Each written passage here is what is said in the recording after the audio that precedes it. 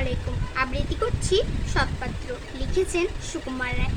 শুনতে পেলুম পোস্ট তাগিয়ে, তোমার নাকি মেয়ের বিয়ে। গঙ্গারামকে পাত্র পেলে, জানতে চাও সে কেমন ছেলে।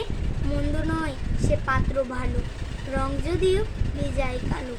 তার উপরে মুখের গঠন অনেকটা ঠিক পেঁচার মতো। দিতে বুদ্ধি বলছি মশাই, ধন্যী ছেলের অধ্যাবসায়। 19টি বার ম্যাট্রিক এসে ঘায়েল হয়ে থামল শেষে।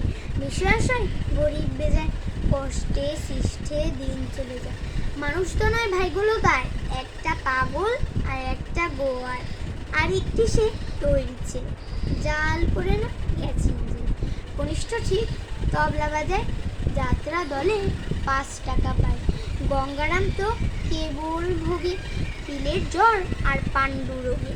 কিন্তু তারা উচ্চ ঘর, কংসরাজের বংশধর।